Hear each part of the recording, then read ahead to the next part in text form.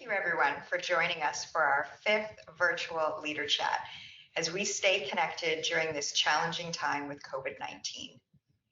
As you know from recent announcements, we don't know yet when we will see each other in our offices. I'll talk more about that in a little bit. So this is an opportunity for us to really keep our MPAC vibe going. Joining us virtually today is Erin O'Keefe Graham. Erin helps organizations achieve growth through strong cultures and memorable employer brands. She spent her career helping world-class businesses build brands with human connections that deliver on their promises. So thanks, Erin, for joining us today. Thank you. So today is Wellness Wednesday, and the topic we'll be discussing is about managing change. Change is constant, and MPAC is no stranger to change. But like many organizations right now, we're going through a bit of a business transformation, one of which is we're all mandated to work remotely. And today we're here to talk to Erin about how we can navigate through this new reality together, how we can adapt into some new routines, and help us get through the next little while. So Erin, I'm here in my home office. Erin, where are you? I am also at home. I'm in what we consider the nerve center of our home. It's the kitchen, and my trusty whiteboard is behind me. As an old consultant, I love my whiteboards, and we actually painted this wall with whiteboard paint when we did some renovations. So it's been really helpful lately. Well, now I get to see your whiteboard live, and one of the reasons why we reached upon you is you did a video recently that went viral on LinkedIn, and part of it was the whiteboard. So can you share a little bit about that video? Yeah, absolutely. So it's kind of funny because I suppose it said that what goes viral is not what we expect will. I made it in a lark because I get teased sometimes from friends for trying to take a consulting approach to too many things. And I like to joke that there's no operational efficiency with parenting, but I certainly try. So, I put some things together, and I think the reason it caught on is that, I guess there's 3 things.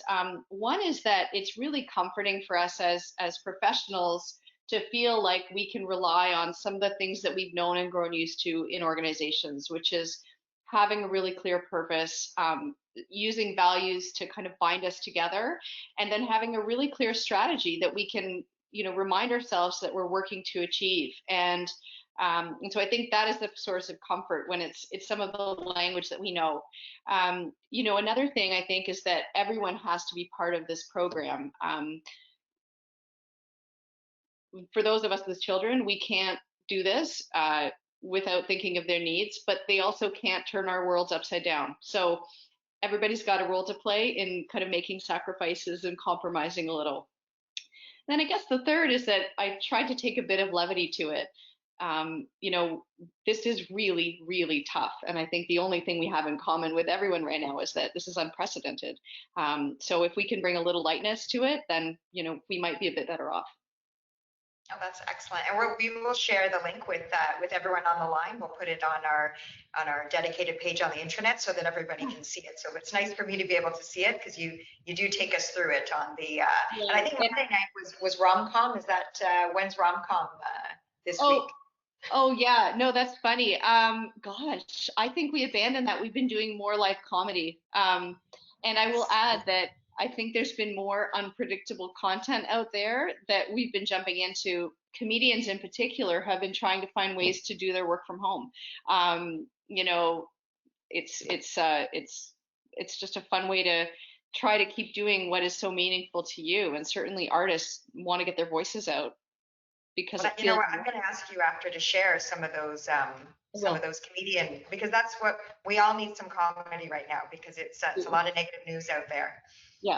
Yeah, agreed. So one of the things that was really important when I was watching your video is about creating routines. And we talked a little bit about routines as an organization last week. Can you just share what the importance is of routines, especially in this new world? I can. I have a recent favorite thinker on change and how it relates to us as humans. And she's not who you might expect. She actually, most of her career has been as a therapist, but she looks at how we as humans treat change almost at a biological level, like as an organism. We can manage change if we know there's certain things that we can depend on. And she actually talks about in the context of this balance between stability or security and freedom or flexibility on the other side. If we have too much stability, it's stifling, right? I mean, those very rigid work environments can be really hard to work in, and creativity can die. But if we have total freedom, lack of leadership or guidance, absolutely no guardrails, we can flail. And so I think that knowing that so much around us will be changing right now for the sort of foreseeable future, having those routines or rituals in place, or looking at how we can even creatively translate those into rituals in our work from home world, is a great way to find a source of comfort from our workplace. It's almost a respite from whatever other chaos we have going on at home. Or for those who live on their own, it's a place where you can go to find consistency and the things that feel really good at work. That's great. And I know, speaking for myself, and I think other people have shared this, we all love a vacation and we crave a vacation, but vacation doesn't have routine. And often towards the end of it, you think, you know what, it's time to go home, because you actually want to get into a routine. Yeah. We're creatures of habit. Well, something I've been hearing companies talk about a bit, that I've been chatting with them on, is having some ground rules around, when we get back to these rituals or routines, how can we sometimes make our meetings that we've regularly had a little bit shorter so that we can allow for more productive work time on our own. And another is having some ground rules around keeping work as a space that's separate from our actual home environment or the news. You mentioned the news, and I think it's really risky for us to dive into pandemic talk all the time, right? Even though it's comforting, we can get really stuck in ruts of going over and over the kinds of things that come up. No, absolutely. And we had someone from CMHA, Jack Beach, on with us last week, and that was his advice. He said, create a space that's dedicated for your work and leave your work there. Because we've always complained about being so connected with our smartphones and so on. Well, now our laptops are in our house, speakerphones are everywhere. So keep the space. And the other thing that's a challenge is we're in our homes, which means we have TV. And it's too tempting to be watching CP24 or whatever news channel it is. So I know that's what I'm trying to do. I keep the TV in another room. This is my workspace, and I'm trying to leave my devices in here and then come to them and then leave this as a place of work. It's really good. Yeah. Now, what about, it's so fun. We've been talking about social distancing. Well, now they're changing it to physical distancing to make sure it's really clear for everyone. So here we are, we're all physically distant. How can we keep a culture going in this new physical distant world? What type of advice do you have for us? Well, I was heartened to know that you already have a pretty strong culture. And that wasn't just your team talking, but I've heard some great things about impact. So the best news is that you have a really great foundation, right? Because anyone who's saying, oh my God, we better make some changes right now, it's going to be tough, right? It's going to be tough going. And it's the important thing is to look at what you do well and do more of it. Things that I see when I look at really strong cultures, I'll tell you a few of them. One is leaders who build real relationships, right? They know their words and actions are critical. They're crucial, whether you like it or not, right? It's never been more important to share how your decisions are being made, Nicole, because I think, you did this at the beginning of the call. You've got to make choices around how you spend your time, how you make decisions as a leadership team. And when you do that, you're helping people understand the mindset you're in and the way that you bring values to your decision making, right? I think that kind of modeling helps people know that their values are going to be called on as we go over the coming weeks and months when it comes to tough decisions. And that when you respect that as an organization, like everybody can thrive in that environment, right? Because that's a real human respect of values and being purposeful about what we do. Some other things I see is that companies who have strong cultures know that change doesn't happen in workshops. It happens in every workday, right? It is not the kind of situation that you can turn overnight or do an offsite and hope for the best. I like to sort of kind of joke that you can't change a workshop over a weekend as much as a couple can't fix their marriage on a 2-day retreat, right? So what is it that we can do as organizations to think about things that we do every day? I know we're going to talk a little bit about your values, so that you're embedding those in the ways that people set goals. But being able to acknowledge this and then having people give feedback with that framework is an excellent way to sort of show that you're in it for the long haul and you're looking at the development of your people as a huge priority, and that the outcome of that are the good success metrics of the business, not the other way around. That's excellent, and it's such an interesting conversation because you're an expert in branding, and we went through a branding exercise about 12 months ago, and we learned that a brand is not the logo. The phrase we used is it's the value of a promise that you keep consistently. And we all know that the biggest ambassadors of our brand are our people. So before we did anything external, we said we need to really look at what type of organization we are and what do we stand for. And that's why we came up with values such as being accountable, being transparent, being customer focused. And something I think we shared with you a couple of days ago is we're embarking on this new exercise called What Counts Factors. So MPAC is great at metrics. We measure everything. So ask us for a metric. We're really good at that. Now we're going to also be adding in behaviors. So these what counts factors are really how we treat each other, how we work in a team. So I think that's probably more important than ever. So maybe you can share a little bit about that in this new virtual environment, with the importance of us having those values and how we work with each other, because this is a roller coaster. Anxieties are up and down and it's uncertain times. So maybe you could give us a little bit of insight. It is. Well, first of all, what you said about your brand exercise was music to my ears. You know, I shifted a bit from brand because I was so glad that we could build these really powerful promises. But I found that the real hard work, you know, brand launch is kind of day one. That's not the end. It's where you start. And how everybody shows up is how everything gets experienced for customers and for other employees. So that sounds like it was a positive experience for your organization, and I love that. So in terms of, you know, what does this mean for what we do virtually?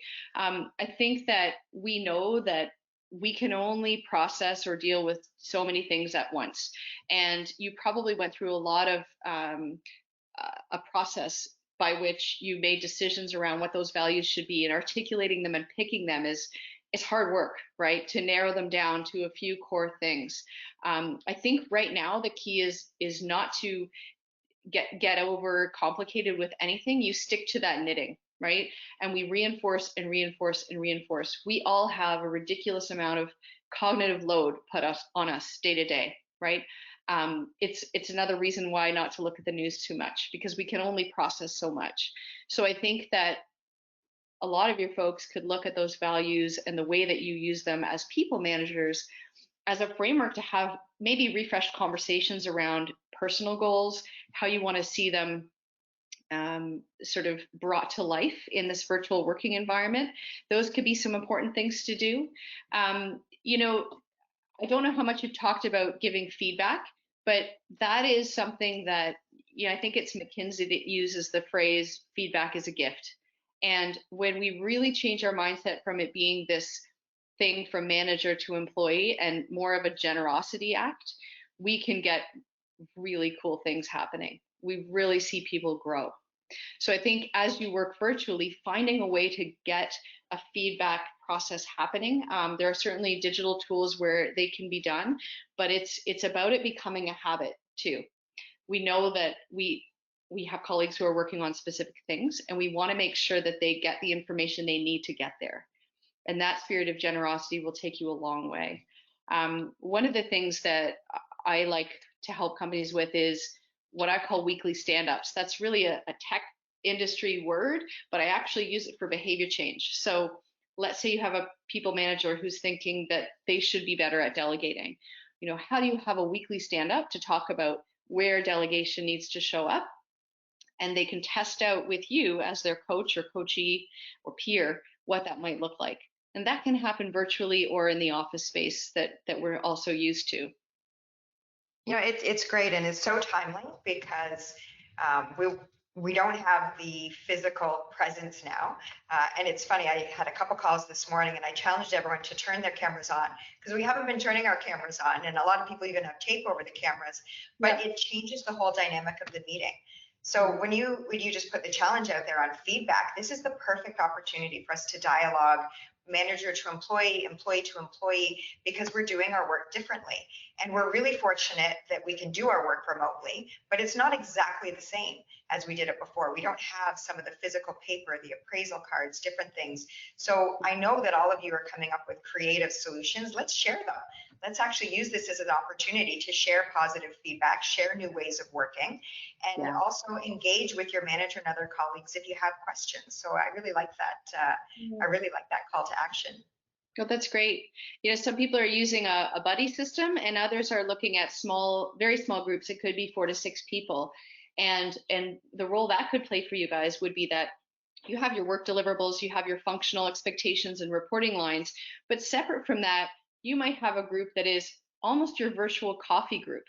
And that could be a space for you to just talk about the challenges of being in this virtual environment or working from home.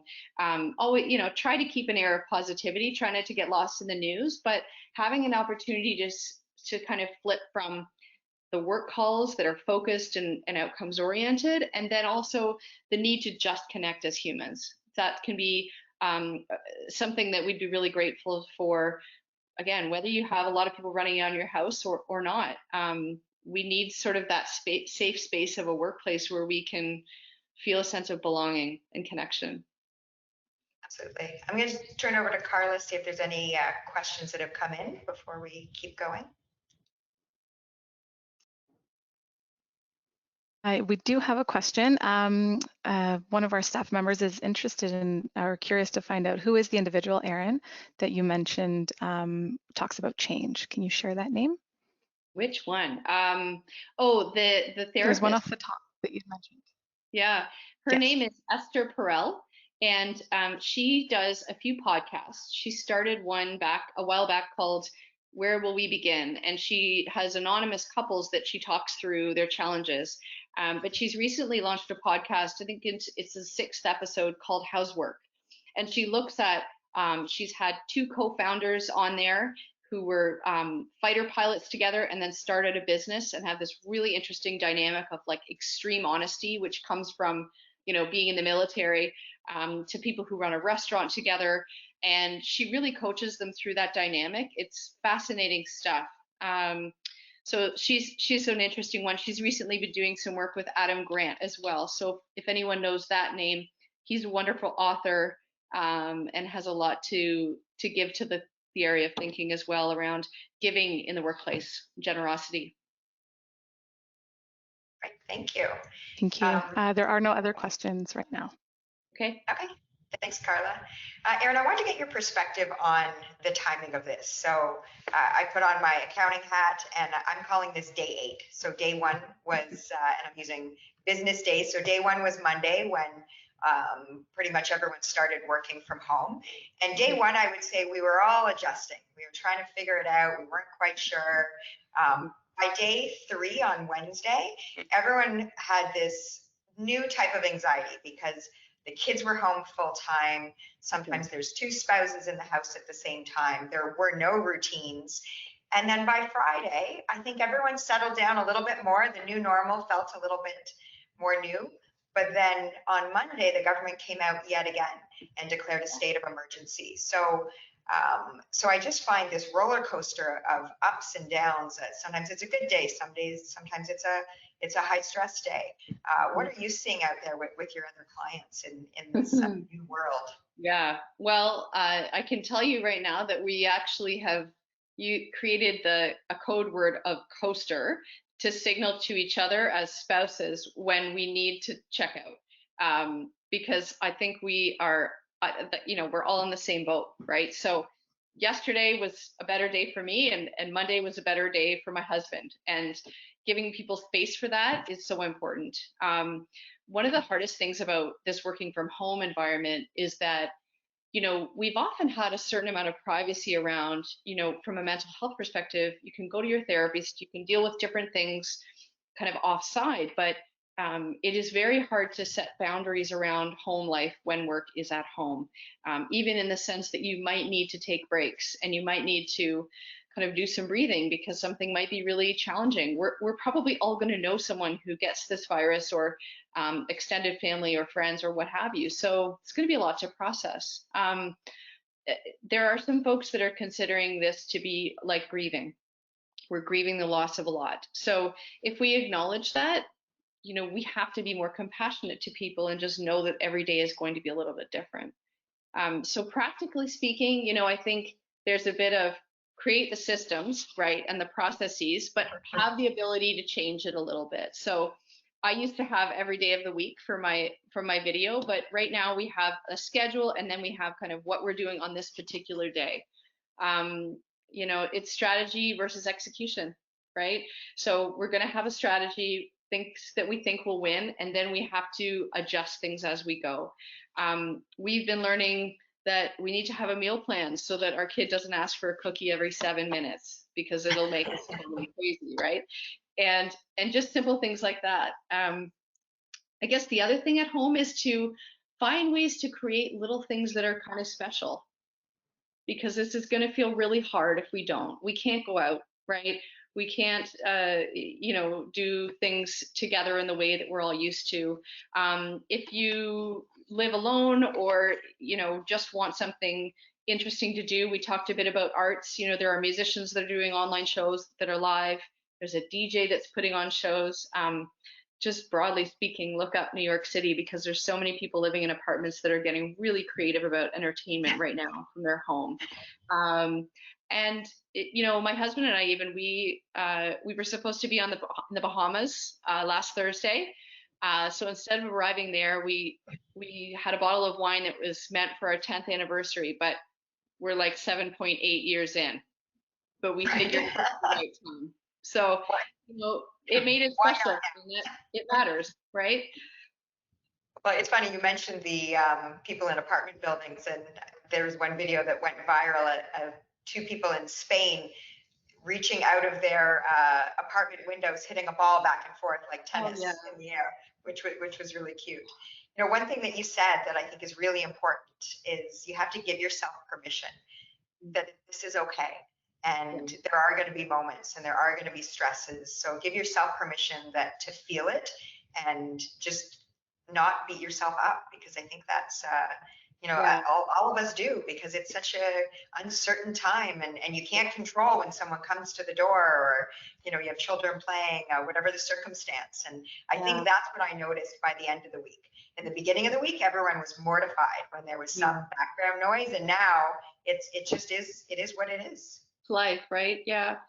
There's a great saying that it's having emotions or having difficult feelings isn't what's wrong about being human.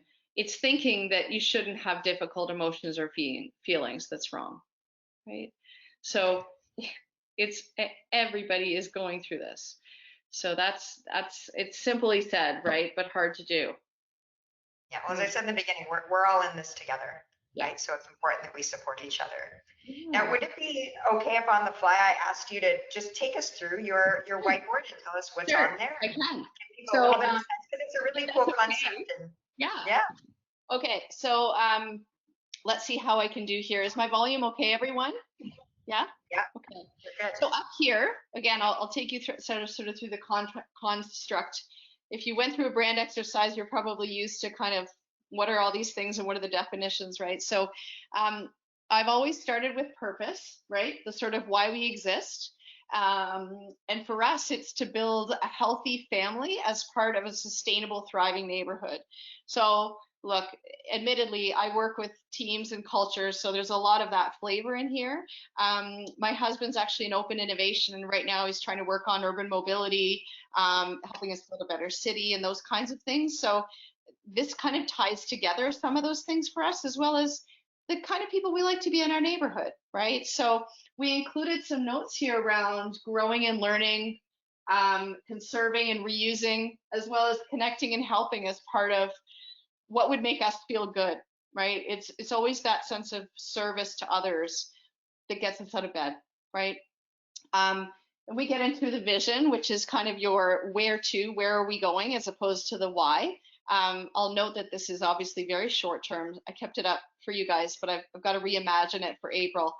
But, you know, right now, again, tongue in cheek, end of March without madness. Our son is 5. I sort of joke he's a bit of a border collie as well. So it's trying to find ways to entertain him and all of us. And then strategy is the how, right? So how will we win? For us, it was 4 components of having this daily plan of activities, getting exercise, especially outdoors when you can, tagging in and out as parents, getting those real breaks, and healthy living. And to make it a clear point, yes, exercise is part of that, but this also means having time alone, having really good sleep quality, because this is such an emotional time. We need that. Wine's good, but we all know it ruins our sleep. So just being smart about that too, right? We've got to take care of ourselves. We're all we've got.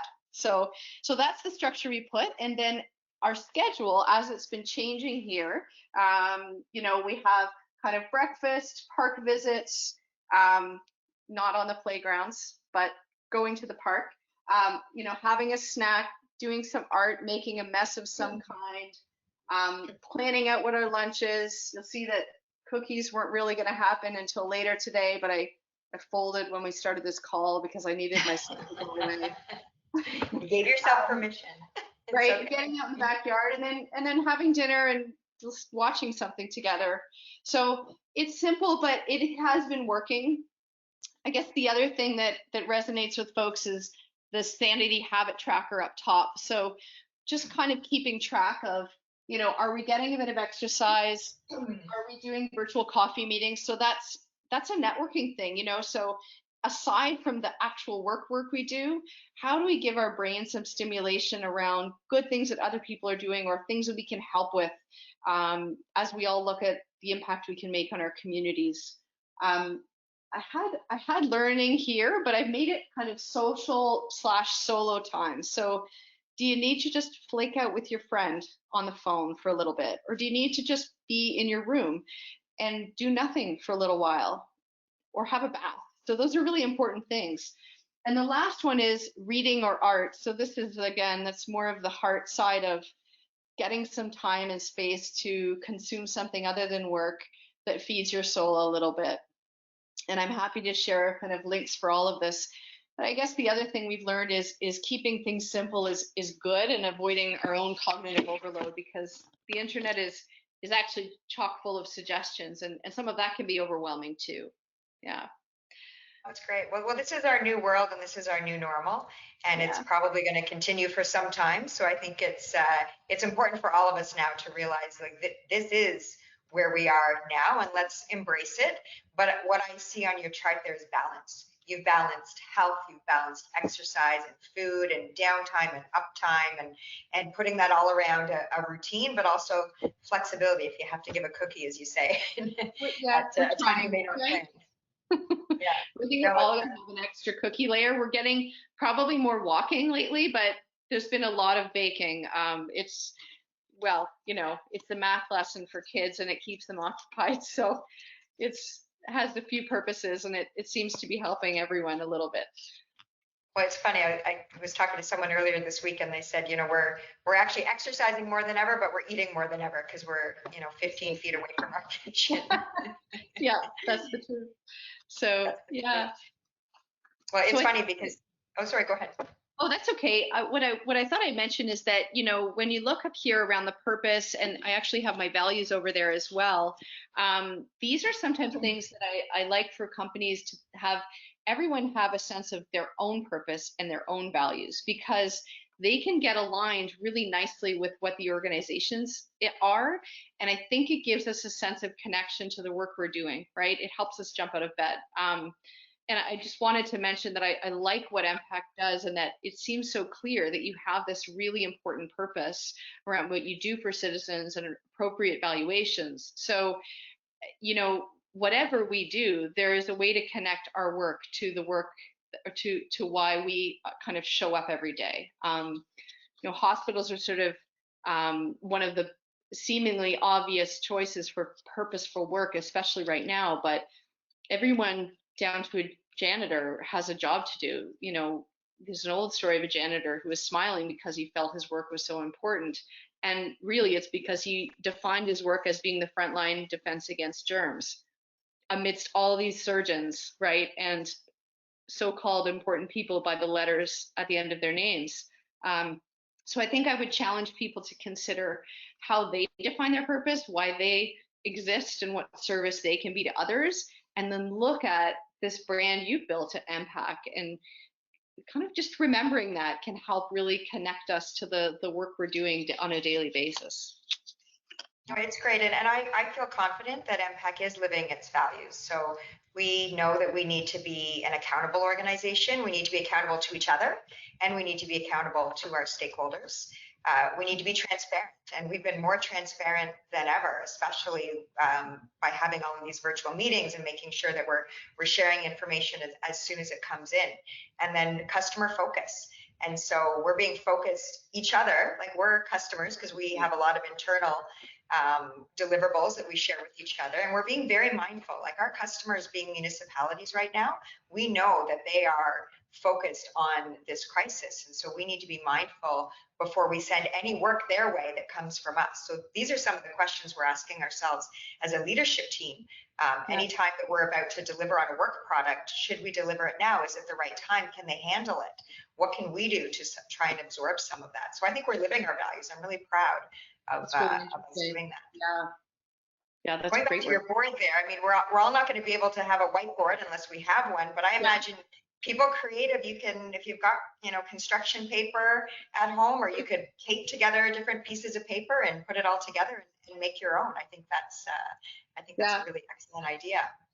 And you know, it's funny, as much as we're living in a digital world, there's something about having it on paper, or, you know, that we can feel, that feels good. I still use a day planner, because there's something actually that happens with our brain that's different on paper and digitally. So find ways to sort of switch every so often. It's really good for your brain. Absolutely. Carla, do you have any questions on the line? We do have a question.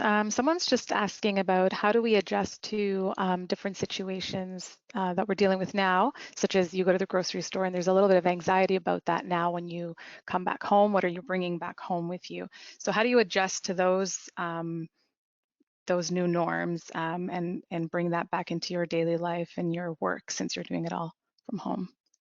Yeah, the anxiety and yeah, I understand that. It's weird, isn't it? It's the most stressful part of the day is going to a grocery store. And one of the simplest things that we found is that if you say hi to a stranger at 6 feet, it feels better than saying nothing. Because we're all doing this and it feels so weird, right? So saying hello to more people than we ever have. My husband's actually a maritimer, so it's like really normal for him. But it's good to be able to just show up as a human and kind of say, you know, here we are. I know some people who live in apartment buildings and they feel really nervous about being in an apartment elevator, right? That's too close together. So they're just saying, hey, I'll take the next one, you know? So sometimes it's coming up with just a few friendly words that will get you through those moments, and they actually ease some of the discomfort, and know that the other people are feeling that way too, right? I think that, you know, knowing that we're going through that, you could give yourself some buffer time kind of before and after. In the world of step families, this is called transition time. So I have twin 16-year-old step kids who are with their mom for all this right now. But because we're just all trying to be good with sticking in one place, right? But I have learned that we need time when we're going from one place to another to actually cope with that anxiety of just the shift, right? So I actually think that applies here. Like, know you're going to come back from the grocery store a little bit worked up, and try to build yourself in some time to settle down and slow down after that. Transition time. Yeah, we heard from Jack at CMHA. He said just 3 deep breaths right? When you start to feel that anxiety and you start to feel it come on, you said it just slows everything down. And so I think that's a great tip because we all feel that. I mean, how weird is that? You go to the grocery store and you get anxious coming back because you think, is the virus on my clothes? Or we're washing our hands like crazy. Just take a breath. Like Lady Beth. Yeah. Yeah, absolutely. You know, we talked about, or you talked about exercise, and we're getting out there more and more. And those of you last week who put a challenge to me on what am I doing to stay fit in all this because the gyms are closed, I put together a challenge, or I'm raising to your challenge, and I'm going to share with everyone what my new workout routine is to keep myself physically fit in these times. And I tried it yesterday, and I would tell you I'm very sore from it. So normally I'd go to the gym a few times a week, and I haven't done that since all the gyms closed. And it's amazing in just a week and a half how different it is. But it's something that works for me, and I'm going to be sending it out probably later today or sometime early tomorrow. But take a look at it. If it's something that works for you, by all means, join me in it. But I'd also encourage you to share your physical routines back with us, and maybe we can all learn from them. So again, it's all about this collaboration and sharing with each other. It's really good. You know, when people can find opportunities to join a live session, it is actually really energizing too. So a friend of ours runs a spin studio, which is obviously closed, but he's been doing boot camps every other morning with his partner and one of their sons. And you know, some people have soup cans in their hands, but I have the same thing. I did this yesterday, and my abs are killing me today. So there's more work that I'm not used to because it's somebody else's routine, right? Somebody else's workout structure. But there's something great, really energizing of being on a session where others are on. I know the Peloton app is free for 60 days, and they even have everything from a 10-minute meditation to, you know, very intense strength training and so on, with or without equipment. So anything like that can help. I will also mention, if you have kids, there's something called Cosmic Yoga, and it's on YouTube, and it's not a heavy run, but it is a really fun way to introduce your kids to just doing something a little bit different as you try to fill the hours with them. Oh, that's excellent. And I like the idea that you said live as well, because we've committed to do these virtual leader chats live, and they haven't been without glitches here and there, but it creates some of that excitement. And we had a lot of you try and dial in early to the leader chat, so you actually saw us prepping and trying to make sure our speakers and cameras and everything worked. But you know, it's fun. It keeps it live. You never know what's going to happen. And I think it's good practice for us because we need to be agile, and this forces us to be agile. That's good. So I'm going to do a couple call outs now to staff before we finish up this. So I really appreciate all of the emails that you've sent either directly to me or to communications or to the other leadership team. And one of the things that I've really loved about it is you've been sharing your new norms with me. So some of you have shared some creative things that your children have done in this period of time. Some of you have shared what you call homeschooling and what different activities they are. Some of you have even shared what your physical workspace look like, where your pets are. And so I want to continue this, and we're going to post some things on the intranet after.